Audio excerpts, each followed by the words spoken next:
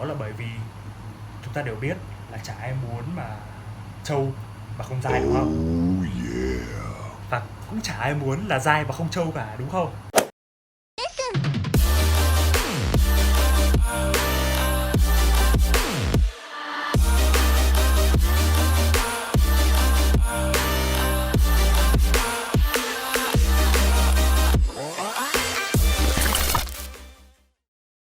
Hey, xin chào tất cả các bạn. Chào mừng các bạn đã quay trở lại với channel về fitness and lifestyle của mình, Life of Q. Cái video ngày hôm nay sẽ làm mở đầu cho cái chuỗi video mà mình sẽ chia sẻ về kiến thức fitness mà mình tìm hiểu được trong thời gian vừa qua. Cho các bạn mới xem mình lần đầu ấy, thì trong thời gian vừa qua mình đã hoàn thành được cái mục tiêu fitness của bản thân mình, đó chính là được 6 múi. Và mình sẽ để cái link video về cái quá trình đó ở đây để các bạn thể click vào xem nhé. Trong cái chuỗi video này thì mình sẽ đề cập về 3 yếu tố chính liên quan đến fitness, đó chính là chế độ tập luyện này, chế độ ăn uống, chế độ ngủ nghỉ. Theo mình, 3 yếu tố mình vừa kể trên đóng vai trò vô cùng quan trọng đến cái việc mà bạn đã đạt được cái mục tiêu fitness của bản thân mình hay không. Mình dự tính về chế độ tập luyện mình sẽ để từ 2 đến 3 video. Những topic còn lại ấy, thì mình sẽ dự tính để một video thôi.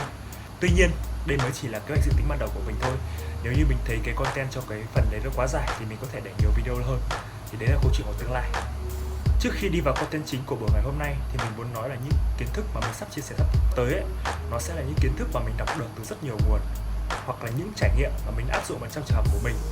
Đấy, vậy nên những kiến thức mà mình chia sẻ sắp tới có thể nó đúng trong trường hợp của mình nhưng lại không đúng trong trường hợp người khác. Vậy nên mình rất mong là sau video này các bạn có thể tìm hiểu sâu và kỹ hơn nữa về vấn đề mình đang nói. Biết đâu các bạn lại tìm ra những phương pháp khác lại có thể hay hơn phương pháp mà mình đã từng làm. Ok, vậy là chúng ta hãy bắt đầu với cái chủ đề chính ngày hôm nay thôi. Thì đây là cái agenda của buổi ngày hôm nay.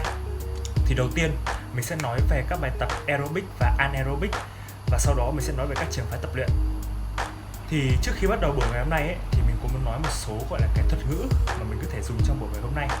Hôm nay chúng ta sẽ có từ hypertrophy này. Thì từ này có nghĩa là sự to lên của cơ bắp, được chưa? Và chúng ta có từ atrophy, có nghĩa là sự teo đi của cơ bắp. Chúng ta có strength, có nghĩa là sức mạnh. Đó. Chúng ta có endurance là độ dai. Đó. Độ dai đây là sức bền bỉ ấy. Đấy, và chúng ta có HIIT hay là HIIT, có nghĩa là high intensity interval training, có nghĩa là cường độ cao quãng ngắn.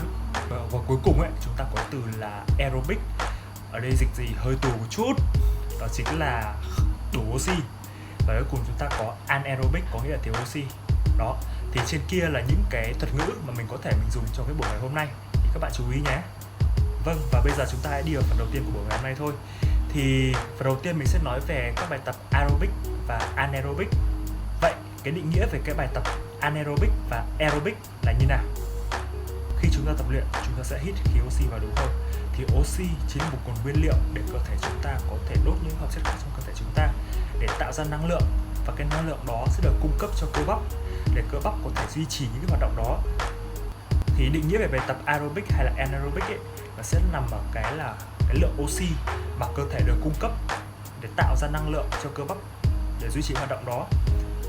Thì khi tập với những bài aerobic ấy, thì cơ thể sẽ có cung cấp đủ oxy để tạo năng lượng cho cơ bắp hoạt động. Đấy. Ngược lại, đối với những bài anaerobic thì lượng oxy cung cấp là không đủ để đốt ra năng lượng để tạo cho cơ bắp hoạt động. Thì để cho đơn giản và dễ hình dung ấy, thì các bài tập aerobic sẽ là những bài tập mà bạn có thể duy trì trong quãng thời gian khá là dài. Ví dụ như bạn có thể chạy bền này, chạy bền tức là chạy với tốc độ bình thường mà bạn có thể nói mà không phải thở hồng hộc ấy. Ví dụ như bơi lội hay là đạp xe. Đó. Còn các bài tập anaerobic sẽ là những bài tập mà yêu cầu bạn phải tập hết sức của mình trong quãng thời gian rất là ngắn. Ví dụ như là cử tạ đi, đúng không? Cử tạ là bạn phải nâng tạ hết sức trong khoảng thời gian rất là ngắn này. Các bài tập về HIIT có nghĩa là bài tập về HIIT, tức là cường độ cao quãng ngắn này. Ví dụ như là chạy tự sát, đấy, tức là chạy tăng tốc trong quãng thời gian rất là ngắn thôi. Đấy, thì đấy là những ví dụ về bài tập anaerobic. Thì các bài tập aerobic và anaerobic sẽ sử dụng những nguồn nguyên liệu sau đây để có thể đốt để tạo ra năng lượng này. Thì đối với tập anaerobic thì cơ thể sẽ sử dụng cáp để đốt, đấy, mà không cần oxy. Còn các bài tập aerobic thì cơ thể sẽ sử dụng oxy để đốt carbs và chất béo để tạo ra năng lượng cho cơ thể các bạn. Trong các bài tập aerobic, cơ thể sẽ được cung cấp đủ oxy để đốt chất béo và carbs để tạo năng lượng cho các bạn. Trong khi đó với các bài anaerobic ấy, thì do không có oxy để đốt chất béo nên là cơ thể sẽ đốt cả cái carbs được giữ trong cái cơ bắp của các bạn nữa. Thì cái việc đốt carbs trong cái cơ bắp của các bạn ấy nó sẽ sinh ra một cái chất gọi là lactic acid. Thì như vậy nếu bạn tập các bài tập anaerobic thì sau khoảng thời gian thì cái lượng lactic acid trong cơ bắp của bạn sẽ tăng lên. Vậy thì lượng lactic acid tăng dần lên trong cơ bắp nó sẽ ảnh hưởng như thế nào đối với chúng ta? Thì thứ nhất, cái lượng lactic acid tăng dần trong cơ bắp sẽ khiến cơ bắp của chúng ta mỏi mệt, từ đó dễ dẫn tới chấn thương. Đấy, vậy nên để tránh được cái việc là lactic acid tăng lên nhiều trong cơ bắp ấy, thì các bạn trước khi đi tập, đặc biệt là tập những bài anaerobic là tập tạ này hay là tập HIIT hay là tập HIIT ấy, thì các bạn nhớ bổ sung cơ thể carb vào nhé. Bởi vì khi các bạn bổ sung carb ấy, thì cơ thể sẽ ưu tiên sử dụng cái lượng carb bên ngoài này trước khi cơ thể sử dụng carb ở trong cơ bắp của các bạn. Đấy, thì như vậy chúng ta sẽ hạn chế được cái việc là lactic acid sẽ tăng lên trong cơ bắp các bạn thôi. Thì khi chúng ta làm chậm cái quá trình mà lactic acid tăng lên trong cơ bắp của chúng ta ấy, thì cơ bắp của các bạn sẽ khó mỏi mệt hơn thôi. Một cái điều nữa cần rút ra từ cái việc lactic acid tăng lên trong cơ bắp của chúng ta ấy là sau khi chúng ta tập xong thì lượng lactic acid trong cơ bắp sẽ chuyển ra máu và máu sẽ lọc về gan và gan sẽ xử lý những cái phân tử lactic acid này. Đấy, thì nếu như mà chúng ta có thể thúc đẩy cái quá trình chuyển lactic acid từ trong cơ bắp ra máu nhanh thì cơ bắp của chúng ta sẽ mau chóng phục hồi hơn. Đấy, điều này hoàn toàn có thể làm được bằng cách là sau những buổi tập anaerobic hay là tập tạ đấy, thì các bạn hãy cố gắng gọi là kéo giãn cơ thể và stretch cơ thể nhé. Bởi vì cái việc này nó sẽ thúc đẩy cái việc mà chuyển hóa lactic acid trong cơ bắp ra máu nhanh hơn. Thì điều này sẽ khiến cho cơ bắp của chúng ta sẽ mau chóng phục hồi nhanh hơn thôi. Các bài tập anaerobic và aerobic đều có thể tập để tăng sức bền của bản thân chúng ta. Đấy, ngoài ra các bài tập anaerobic có thể tập để tăng được cái cơ bắp của chúng ta lên. Tăng ở đây có thể tăng về hypertrophy này, có thể tăng về sức mạnh.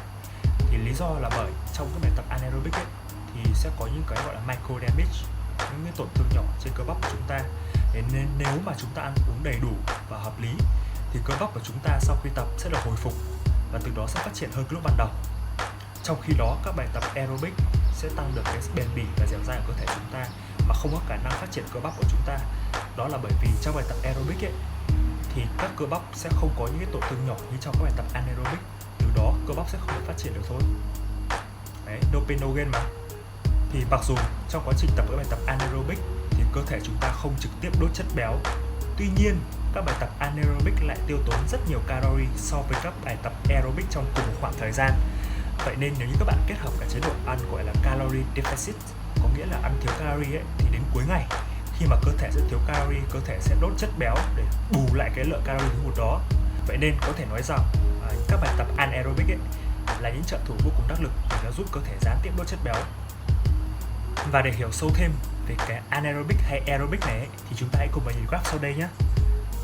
Bây giờ giả sử chúng ta đi vào phòng tập gym đi thì chúng ta nâng cục tạ, được chưa? Thì chúng ta có trục ngang là trục hoành ấy, chúng ta có cái gọi là mechanical power, là cái năng lượng chúng ta cần để nâng cái cục tạ đó lên. Thì thường cái mechanical power ở đây ấy, nó sẽ được xác định dựa vào số rep, số set và khối lượng cục tạ. Thì thường nó là mechanical power sẽ tính là bằng tích của cái ba số mình vừa nói. Đấy. Còn cái cuộc trục tung ở đây chúng ta có gọi là metabolic power. Thì metabolic power là cái năng lượng mà cơ thể chúng ta sản xuất ra trong cái quá trình sản xuất. Nếu như mà chúng ta tập với cường độ thấp, ở đây có nghĩa là cái mechanical power nó bé đấy, ví dụ như là nâng tạ nhẹ hơn, ít rep hoặc là ít set hơn ấy, thì chúng ta đang rơi vào khoảng là aerobic, thì có nghĩa là chúng ta đang train cho cái sự bền bỉ của chúng ta. Còn khi mà chúng ta tăng dần dần cái cường độ tập chúng ta lên, tức là tăng cái mechanical power này thì có nghĩa là chúng ta tăng nhiều tạ hơn, tăng tạ nặng hơn này, hoặc là tăng nhiều set, nhiều rep hơn, thì chúng ta đến mức nào đó chúng ta sẽ rơi vào khoảng gọi là anaerobic, được chưa? Thì cái năng lượng sản sinh ra quá trình sản sinh ra bởi quá trình aerobic ấy, nó sẽ đến một cái điểm gọi là điểm max, ở đây đó chính là điểm VO2 max này. Thì khi mà chúng ta tăng cường độ ấy, nếu mà cái cường độ chúng ta lớn hơn cái điểm max này thì cái lượng năng lượng khác biệt giữa cái max và cái năng lượng cần để mình nâng tạ ấy, nó chính là cái năng lượng mà các bạn sản sinh cho quá trình anaerobic, tức là quá trình mà các bạn đốt cát ở trong cơ bắp của các bạn ấy. Đấy, được chưa? Thì lúc này khi mà chúng ta rơi vào khoảng anaerobic là chúng ta đang trên cái sức mạnh của cơ bắp của chúng ta. Đấy, thì trên cái sức mạnh ở đây thì có nghĩa là trên cho có thể là tăng sức mạnh này, hoặc có thể tăng bằng hypertrophy. Đó, thì từ cái graph này thì chúng ta có thể rút ra vài điều như sau này. Thứ nhất là nếu như chúng ta tập tạ nhẹ khi mà chúng ta rơi vào khoảng aerobic thì có nghĩa là chúng ta đang train cho cái sức bền, chứ không phải chúng ta đang train cho cơ bắp chúng ta phát triển, được chưa? Đấy. Còn nếu mà thật sự mà các bạn muốn cho cơ bắp mình tập để cơ bắp phát triển ấy, thì các bạn phải tập làm sao đủ nặng, có nghĩa là đủ có thể là tạ đủ nặng hoặc là đủ set, đủ rep để cơ thể rơi vào khoản anaerobic. Thì khi mà cơ thể rơi vào khoản anaerobic ấy, thì bắt đầu chúng ta mới thật sự là xây dựng cái cơ bắp của chúng ta phát triển, phải kể về mặt hypertrophy hoặc là về mặt sức mạnh.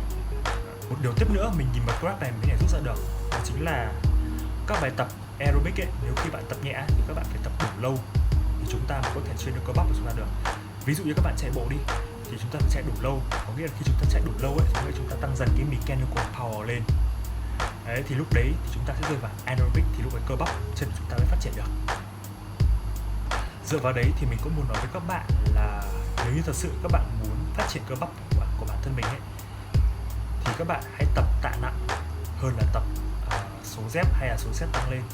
Đấy, vì bây giờ tưởng tượng nhá, đây là giả sử như là mình nâng một cái bút ở đây đi, được chưa? Đây, cái bút ở đây thì cái khối lượng đây, khối lượng tạ, coi là khối lượng tạ đi là rất là nhỏ đúng không? Thì để phát triển được cơ bắp thì chúng ta phải nâng rất là lâu. Đấy, cứ nâng này. Đấy thì mình không biết là các bạn nâng như này thì bao giờ các bạn có thể phát triển cơ bắp được. Vậy nên thật sự nếu các bạn muốn phát triển cơ bắp thì các bạn hãy cố gắng tập với tạ nặng, chưa? Để vừa tiết kiệm được thời gian mà vừa có thể đạt được mục tiêu của mình.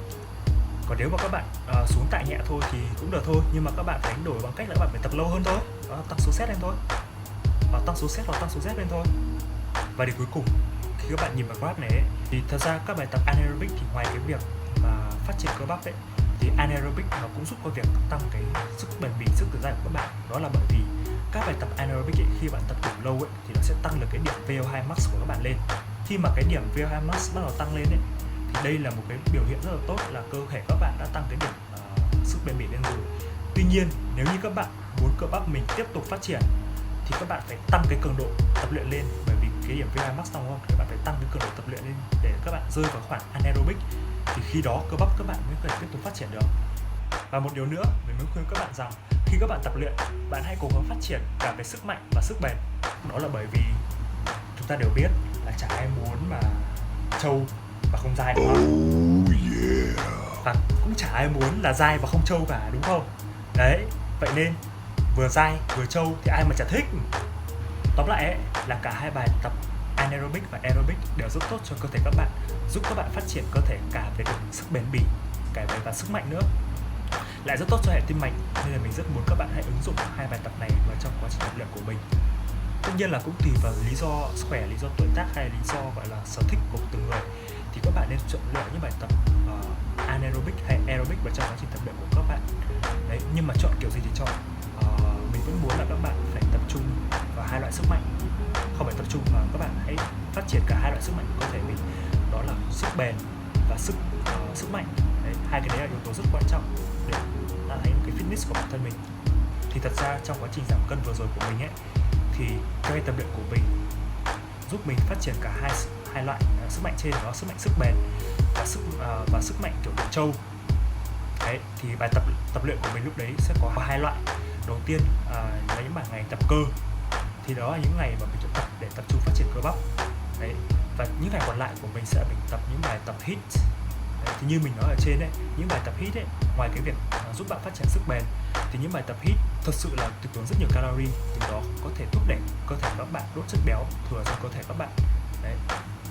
Như vậy chúng ta đã kết thúc phần đầu tiên của cái video ngày hôm nay. Bây giờ chúng ta cũng đến phần 2, đó chính là các trường phái tập luyện nhé. Thì thật ra có rất nhiều cách kiểu trường phái tập luyện, thì mình có list ra một số. Ví dụ ở đây chúng ta có Pilates hay là Pilates, something like that. Chúng ta có yoga, chúng ta có calisthenics, và chúng ta có weight training. Đấy. Và còn rất nhiều kiểu tập luyện kiểu khác nữa. Thì thật ra Pilates hay là Pilates or something hay là và yoga thì mình chưa có cơ hội mà tìm hiểu thật kỹ về hai cái trường phái tập luyện này. Tuy nhiên mình có biết là Pilates hay Pilates hay là yoga nó có cả những bài tập anaerobic và aerobic. Như vậy có nghĩa là hai trường phái này hoàn toàn thể tập để phát triển cơ bắp cũng như phát triển sức bền của các bạn. Thì thật ra trong quá trình tập luyện vừa qua mình ấy, thì mình đã được trải nghiệm qua calisthenics và weight training, nên là mình sẽ nói vào hai cái này kỹ hơn. Thì về bản chất calisthenics và weight training đều sử dụng kháng lực, để áp lực lên các cơ bắp các bạn, từ đó cơ bắp bạn phát triển hơn. Nếu như weight training thì cái kháng lực ở đây các bạn sẽ lấy từ những cục tạ, các bạn sẽ phải đánh tạ, di chuyển cục tạ đấy để tạo ra kháng lực cho cơ bắp các bạn ấy. Thì đối với calisthenics thì các bạn sẽ sử dụng cái kháng lực chính là từ cái khối lượng cơ thể các bạn. Thì thật ra các trường phái bên trên ấy thì đều có cả các bài tập aerobic và anaerobic, hay thậm chí các bạn tập bài tập đấy như thế nào nó cũng trở thành bài tập anaerobic hay aerobic. Lấy ví dụ đi, giả sử bây giờ mình tập weight training mà bạn nâng tạ nhẹ đi, thì các bạn đấy là các bạn đang rơi vào khoảng aerobic, có nghĩa các bạn đang tập để tập cho sức bền của mình rồi. Còn khi mà các bạn tăng cái cường độ tạ lên thì lúc đó chúng ta sẽ rơi vào khoảng anaerobic, thì lúc đó chúng ta mới thật sự là tập phát triển cơ bắp. Thì thật ra cái lời khuyên ở đây là ấy, dù các bạn có tập theo trường phái nào đi chăng nữa, thì cái việc đầu tiên các bạn cần làm là các bạn phải xác định là các bạn tập để phát triển cơ bắp hay phát triển sức bền. Bởi thật sự cái việc xác định đó nó sẽ ảnh hưởng đến cách các bạn tập bài tập đó. Vậy nên tùy vào mục tiêu của mọi người sẽ có cách để plan riêng cho cơ hội của mình. Vâng, và đó là kết thúc phần 2 của cái buổi video ngày hôm nay rồi. Thì bây giờ trước khi kết thúc ấy, thì mình sẽ muốn gọi là tổng kết một chút để các bạn có thể dễ catch up nhé. Điều đầu tiên đó chính là khi các bạn đi tập những bài tập anaerobic, tập tạ đại hoặc tập hít ấy, thì các bạn nhớ bổ sung carb vào trong cơ thể nhé, nhớ là carb nhé. Và điều thứ hai, các bạn nhớ là sau khi tập xong những bài tập anaerobic hay tập tạ đấy, các bạn hãy nhớ kéo giãn cơ thể và stretch cơ thể nhé. Vì thật sự cái điều đấy rất giúp ích cho cái việc là cơ bắp của các bạn sẽ phục hồi nhanh hơn. Và thứ ba, các bài tập anaerobic hay aerobic đều giúp cơ thể các bạn tăng được sức bền. Đấy, trong khi đó thì các bài tập anaerobic có thể giúp cho cơ thể các bạn tăng được cơ bắp nữa, trong khi đó các bài tập aerobic thì không. Và thứ tư, mình rất muốn các bạn phát triển cả về sức mạnh lẫn sức bền, bởi vì chúng ta ai cũng biết rằng vừa dai vừa trâu thì ai cũng thích, đúng không? Và cuối cùng, các bạn hãy tập theo trường phái mà các bạn thích, có thể là weight training, có thể calisthenics, có thể là yoga, các thứ cũng đều được hết cả. Nhưng mà dù tập trường phái nào đi chăng nữa, các bạn cũng nên xác định cái mục tiêu của mình tập là gì. Ví dụ như các bạn tập để sức bền hay các bạn tập để tăng sức mạnh đó, thì cái việc xác định đó nó sẽ ảnh hưởng rất nhiều đến cái việc các bạn tập đó như thế nào. Vâng, và nếu như các bạn có câu hỏi gì hay thắc mắc gì thì các bạn hãy comment ngay bên dưới cái video này để mình có thể trả lời giúp các bạn nhé. Mình thật sự rất muốn giúp các bạn giải đáp những thắc mắc như vậy. Thì trong những video tiếp theo mình sẽ nói kỹ hơn về những yếu tố để các bạn có thể plan cho buổi tập của mình. Ví dụ như là các bạn tập một buổi tập có bao nhiêu set này, tập với những nhóm cơ gì, tập bao nhiêu rep hay là mỗi rep nghỉ bao nhiêu các thứ, thì mình sẽ nói kỹ hơn trong video phần 2 của cái series này nhé. Và channel của mình đã có mặt trên cả Facebook và Instagram, thì các bạn hãy cùng kết nối với mình qua cả hai mạng xã hội này nhé. Và cuối cùng, mình rất cảm ơn tất cả các bạn đã dành thời gian để xem video này của mình. Nếu các bạn thấy video này có ích thì các bạn hãy cho mình một like, một subscribe vào cái channel của mình nhé. Còn bây giờ, xin chào tạm biệt tất cả các bạn và hẹn các bạn trong những video tiếp theo của mình. Thứ tư, thì trước khi các bạn tắt video ấy, thì mình muốn nói một điều là mình sẽ gửi một cái link ở bên dưới đây là có đầy đủ tất cả những kiến thức mà mình vừa chia sẻ, cũng như là link trích dẫn về những bài báo hay là những cái diễn đàn mà mình đã đọc về kiến thức để mình chia sẻ với các bạn nhé. Thì các bạn có thể đọc qua và tìm hiểu thêm thế nhé. Còn bây giờ thì thôi, chào tạm biệt các bạn.